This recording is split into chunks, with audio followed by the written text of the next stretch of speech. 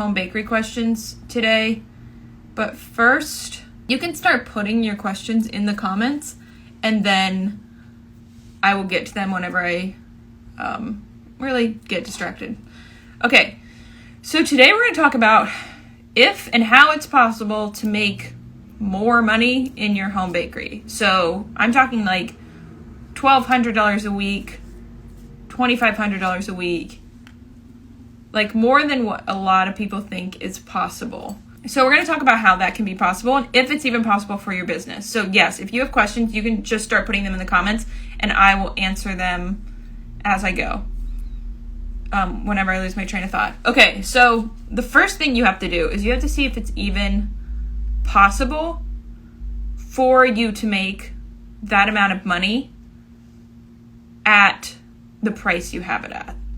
Because the bad thing with macarons, cupcakes, whatever, the bad thing about home bakeries is we have to make every single product. So we have a limit on what we can make because we can only make so much. It's not like we're getting our product from a factory where we can just have kind of more made if we need to. We have to, that's why it's so important that you have the right price, because if you don't have the right price and you want to make $1,200 in a day, it's not possible.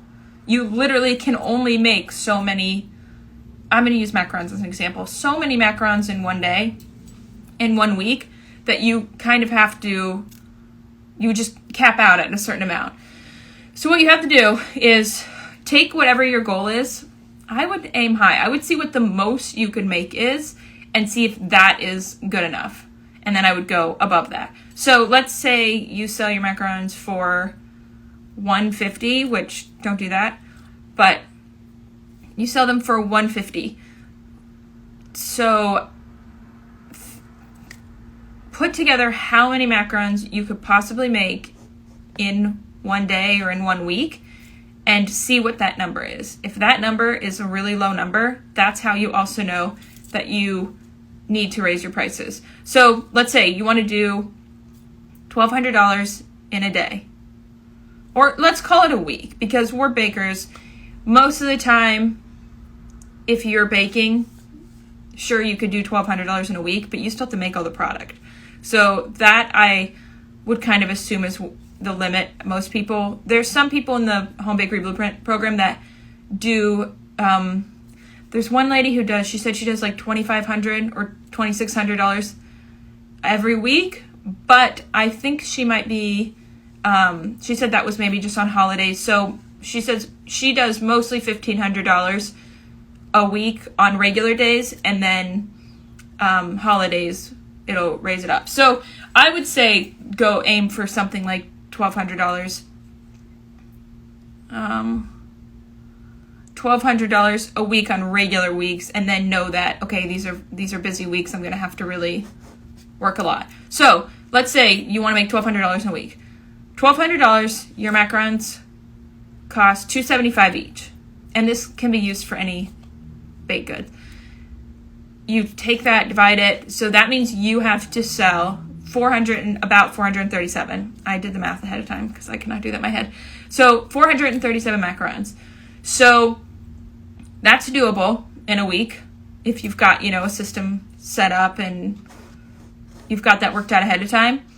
But let's say you're charging, let's see here.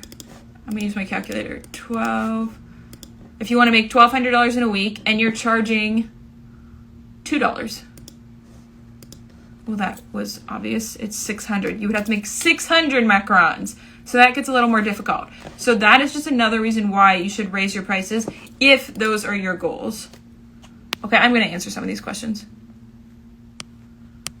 How can we gain or attract customers? So there's a lot of different ways you can get customers. Like, most home bakers, once they're on a roll, they don't even have to use all of the things that we teach you to use to get more customers. It's just like, okay, this is what was worked for me. This is all I can do now because I'm at my limit of baking or whatever. So, I mean, it kind of depends what is available to you. But if you can do farmers markets, if you can do pop-ups, I talk about that all the time. do those, do farmers markets, do pop-ups, do events, anywhere where you can get out in person and kind of give out samples, talk to your customers. There are ways you can do it on social media, but that's a little more, it's not more difficult, but it is somewhat harder to gain their trust on social media if they don't see you there in person. New algorithms killed our business.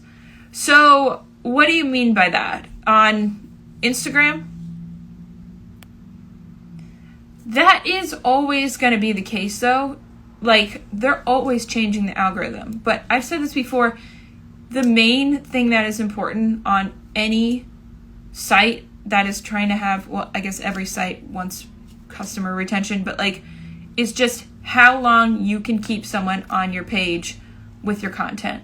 So no matter what, that is going to be the goal. So as long as you're consistently providing valuable content and like your audience feels like they're learning something or getting a lot of value from whatever you're posting, the algorithm will work in your favor. Do you have to be licensed? Yeah.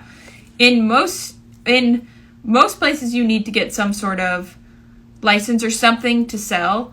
I think, I don't know, maybe there's a couple states that you don't have to like go and actually get a license, but you just have to follow the rules.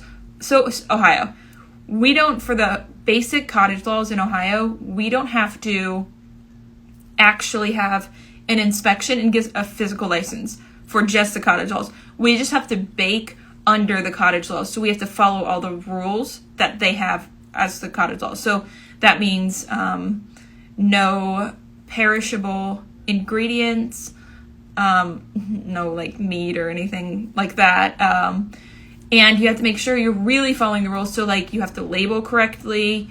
You can only sell in certain like places, stuff like that. So some places you don't actually need a physical license, but you have to follow the rules of the state.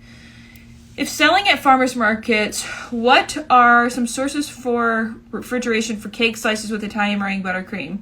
Does Italian meringue buttercream need to be refrigerated due to health code? What state are you in? I'm sure it does wherever you are, but well, Italian meringue, it depends on the state. What I tell people to do at farmers markets, if they're like Florida people at farmers markets in California and stuff, well, pretty much anywhere, I say keep it in the cooler all the time and just put a couple out for samples, or if that's going to melt, just have photos of what you have. I mean, because it's not going to look as full, but think about what like ice cream shops do and stuff like that. Like, they can't have their product out. The cheese people can't have their product out. So you don't want your baked goods sitting out there looking all melted and gross.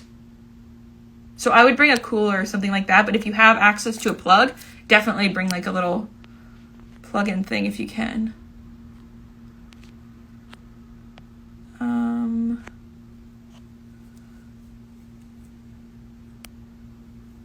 I just bought the Texas Law recipe book for Texas, and there's cream cheese frosting with pumpkin, cream cheese, and butter, which I thought both were not allowed. What a surprise. Yeah, so some states offer a cottage law recipe book. Well, I guess you could probably use like in other states if you have the same laws, but like how Olga says they have a cottage law recipe book. Like, here are examples of recipes that you can use. You can always use them as I'm like, they lied to me. I know, not a lot, but sometimes you can get different answers from different people. How can I decide what to sell? I love making cakes, cupcakes, and cookies. So have you gotten any feedback from any of those? I would have people try them out. Okay, any questions so far about the pricing stuff? Okay, so let me see what else I have written down here. So, okay, most of the people that started making $1,200, a lot of them, they started from scratch. So I see people get intimidated by those numbers. Like, they never could imagine that they could make $1,200 in a week, a day. Like, that's scary for them to hear because they think, I could never do that. A lot of the people in the program that make that started from scratch. They didn't have any followers. I mean, we all started from scratch. Actually, no, I hate that when people say we all started from zero on social media, because no, a lot of people have, not a lot, but a lot of the huge influencers, some people build up, this is me going on a separate rant here, some people build up social media accounts and then sell them. So it is very likely that a lot of people did not start from zero. They started from 100,000, they started from 200,000, and they just kind of took it from there. So I don't like that saying. So, but these people, they did start from zero. They didn't have those accounts bought for them. Now, this is all, okay, yeah, you can put your questions in the question thing or the comments. I'll be able to see both of them. Okay, they started from scratch. The main thing that a lot of these people did that are making this is that they did events. So they went out into their community. They didn't rely on just custom orders. So if you are not able to do wholesale farmers markets, most states can do farmers markets. If you can't, most states can do pop-ups. So do as many pop-ups, do events, get into wedding vendor events. The thing about wedding vendor events is they are not very profitable when you first go there. Like, you can go vendor events is get into wedding vendor events. The thing about wedding vendor events is they are not very profitable when you first go there. Like, you can go there and think, dang, I didn't make any sales, that was not a success. But a lot of big wedding orders can come from the people you met and the samples you gave out. So when you go to a wedding event, you might be selling there. Don't expect for it to be like a huge moneymaker for you for most wedding events, like wedding vendor events, but know that that is where you make connections. And if they don't want to buy for weddings, you've got bridal showers, even baby showers.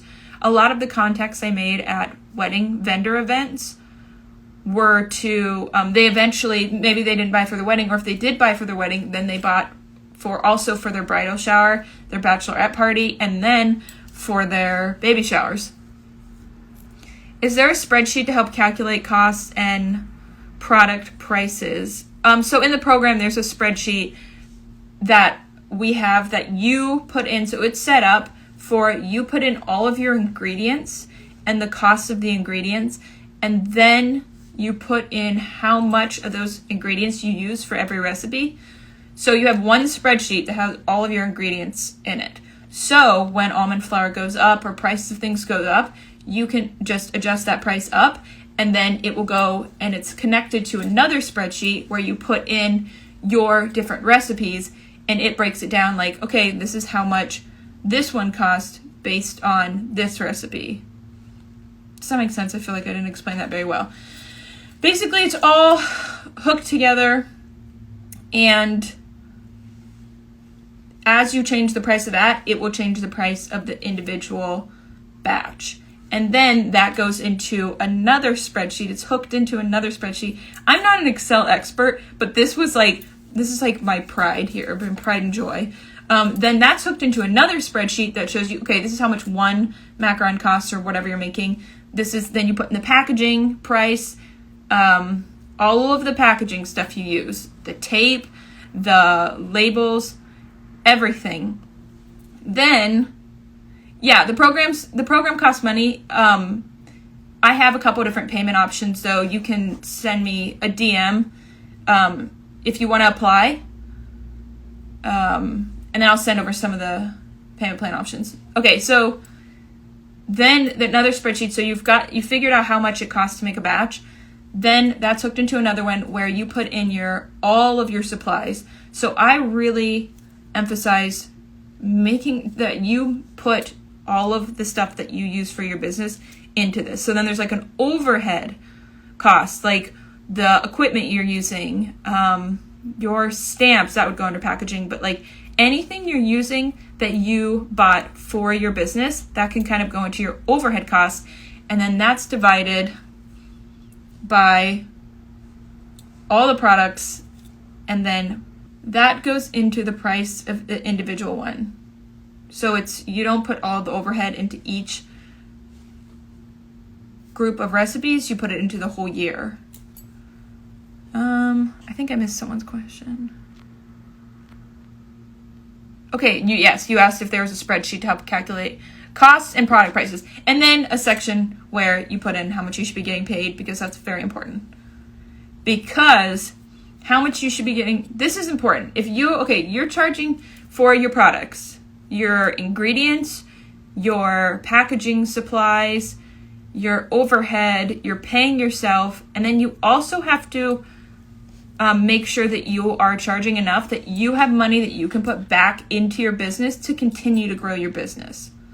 That's why I'm always saying you have to charge more, because sure, you might be charging for your ingredients, but you need to have money that you're paying yourself like an employee, because if this grows into a storefront or whatever, and you do hire employees eventually, what are you going to do? How are you going to pay them? So make sure you're paying yourself, and then enough so you can take extra money besides the product price and you paying yourself, and put it back into your business so you can continue to grow it.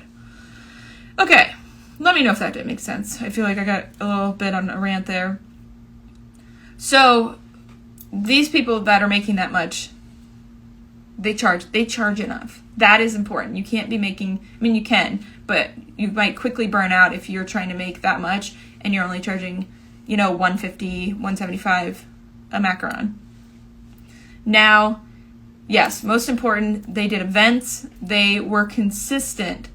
Like, one of the bakers in the group still has her job. So she was doing this while she also had another job.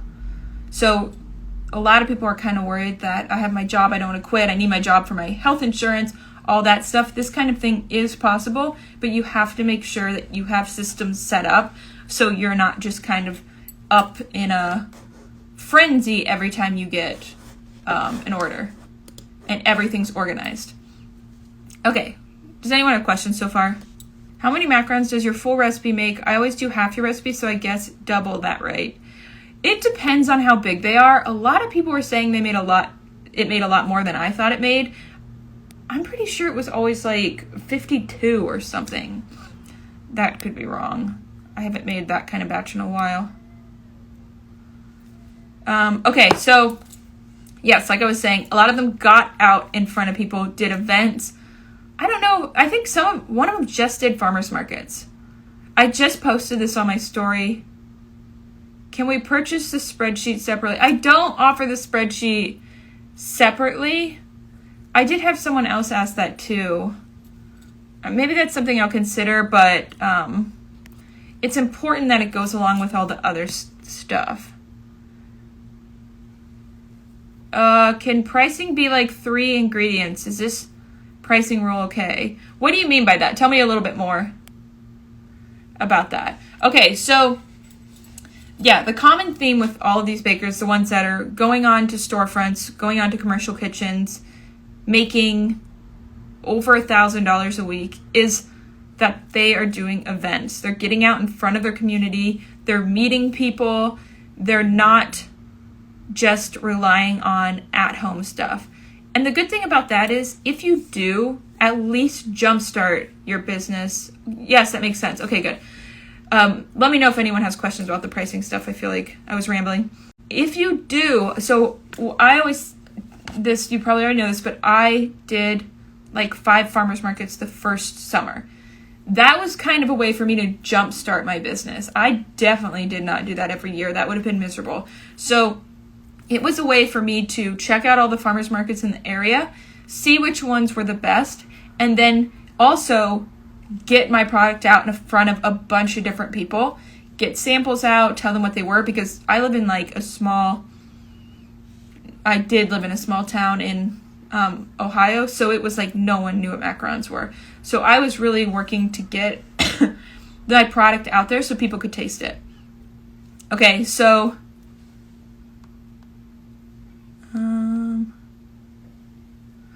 oh, I see. Is that what? Okay. I use the calculation of cost of goods, ingredient, packaging, hourly wage times 3 for my selling price. I may round up to make an appropriate price. Okay. No, that's not what you're saying. Okay. What does that equal right now for you? I lost my train of thought. Okay, so that was a good way to kickstart my business. So if you're like, hey Karen, so if you're like, I don't want to do that every summer, that sounds miserable. It was miserable. I remember thinking that summer, all I want to do is go into a swimming pool. That is all I want to do.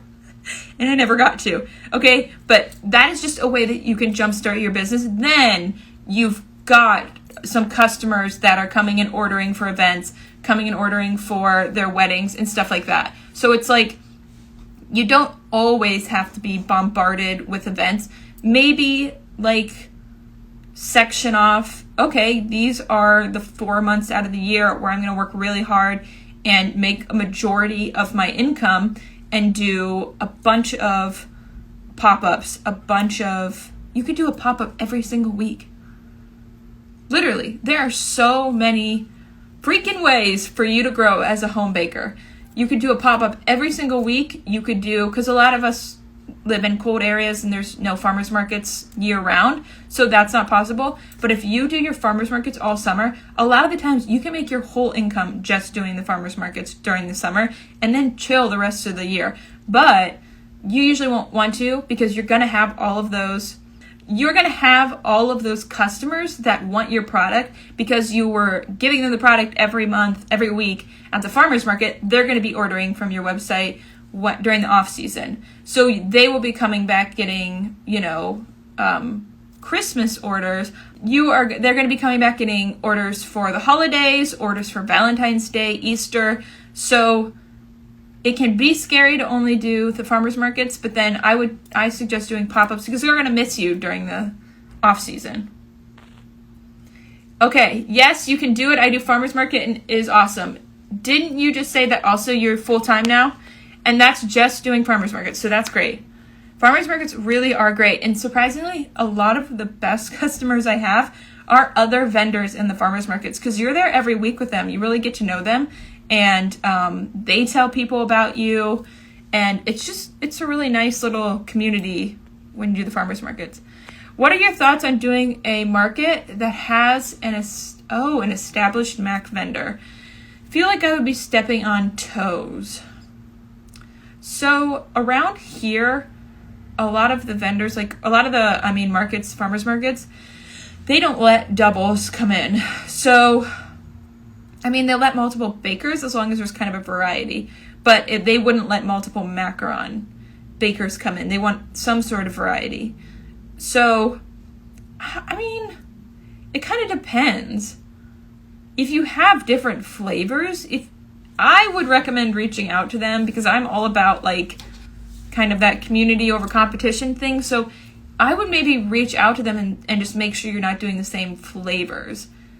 Because, think of how many different vegetable vendors there are and different bakers. I would maybe reach out and just be like, hey, I'm going to be doing the market too. I just want to make sure we're not doing the same flavors. Sometimes at farmers markets, we would plan, there were other bakers and stuff. We would plan maybe same here, no multiples. Yeah, it depends on the market. Events. We plan events and do let's do a brunch day and the other baker would do that. So it was we were kind of working together a little bit. So it was people would want to come and get some from this tent and also from that one.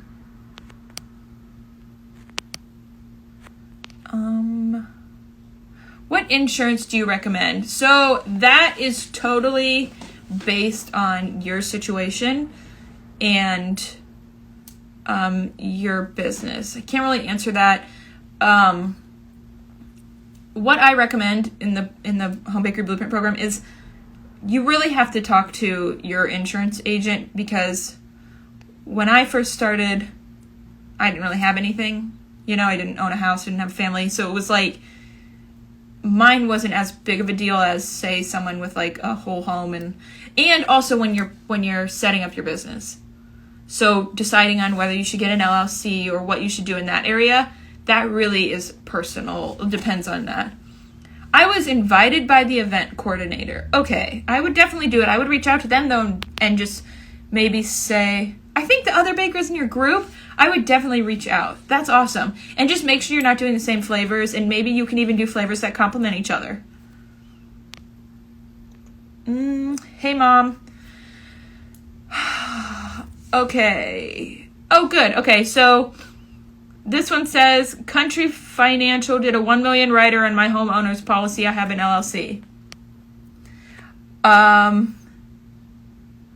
June says I have a 1 million too. Yes, a lot of farmers markets around here require you to do the 1 million. So yeah, you might want to see if you're doing a farmers market and see what they require.